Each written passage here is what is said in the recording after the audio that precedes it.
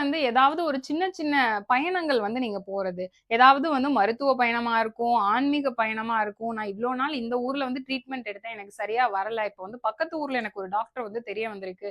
அவர்கிட்ட போய் ட்ரீட்மெண்ட் எடுக்கலாம் அப்படின்னு நீங்க போறது. அதன் மூலமா அது வந்து உங்களுக்கு வொர்க் அவுட் ஆகவும் செய்யும். அது ஒண்ணு. இல்ல நான் வந்து எனக்கு கொஞ்ச நாளா ரொம்ப மனசே சரியில்ல. ஒரு மாரி அடைஞ்சு வீட்லயே இருக்கிற மாதிரி இருக்கு. நான் வந்து ஒரு கோவில் குளம்னு போயிட்டு வரேனே அப்படின்ற மாரி திடீர்னு வந்து ஒரு பயணத்துக்கு போறது. இந்த மாதிரி ஏதாவது ஒரு பிரயாணம் அப்படிங்கிறத வந்து உருவாக்குங்க. அதனால அது தேவையான பிரயாணம் தானா அப்படிங்கிறத பார்த்துக்கோங்க.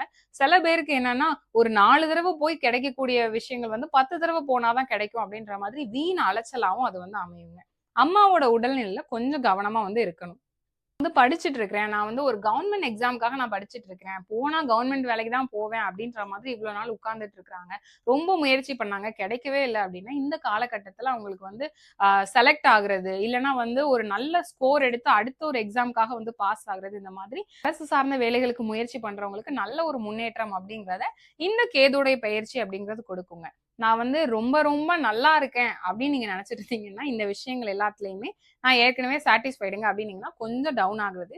இல்ல நான் ரொம்ப நாளா இதுக்கெல்லாம் முயற்சி பண்ணிட்டு இருக்கிறேன் அப்படின்னா, இதுல வந்து ஒரு முன்னேற்றத்த குடுக்குறது. இந்த மாதிரி ஆப்போசிட்டான ஒரு விஷயத்த வந்து இந்த ராகு, கேது பயிற்சி அப்படிங்கிறது உங்களுக்கு கொடுக்க போகுது. இந்த ராகு வந்து என்ன பண்ணும், கேது வந்து என்ன பண்ணும் அப்படிங்கிறத நான் ஏற்கனவே சொல்லியிருந்தேன். அத நீங்க முழுசா பார்த்திருந்தீங்க அப்படின்னா, இந்த விஷயங்கள் வந்து உங்களுக்கு புரிஞ்சுக்கிறதுக்கு ரொம்ப ஈஸியா இருக்குங்க. இது தவிர, இப்ப வந்து உங்களுக்கு 10ஆம் இடத்துக்கு ராகு வராரு, 4ஆம் இடத்துக்கு கேது போறாரு அப்படின்றத வச்சு நம்ம காலச்சக்கரத்தின் அடிப்படையில வந்து நம்ம சொல்றோம். 4ஆம் இடம்னா இந்தந்த விஷயங்கள், 10ஆம் இடம்னா இந்தந்த விஷயங்கள்.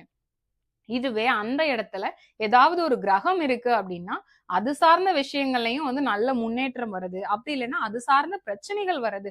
அப்படிங்கிறது இந்த ராகு கேது பெயர்ச்சியில இருக்கும். ஆனா பொதுவா இப்ப நம்ம வந்து ரிஷப ராசிக்கு அப்படின்னு எடுத்தோம்னா, எல்லாருக்குமே இது வந்து பொதுவான பலனா இருக்கும். ஆனா எல்லாருக்குமே இந்த 10ஆம் இடத்துல ஒரு சுக்கிரன் இருப்பாரு.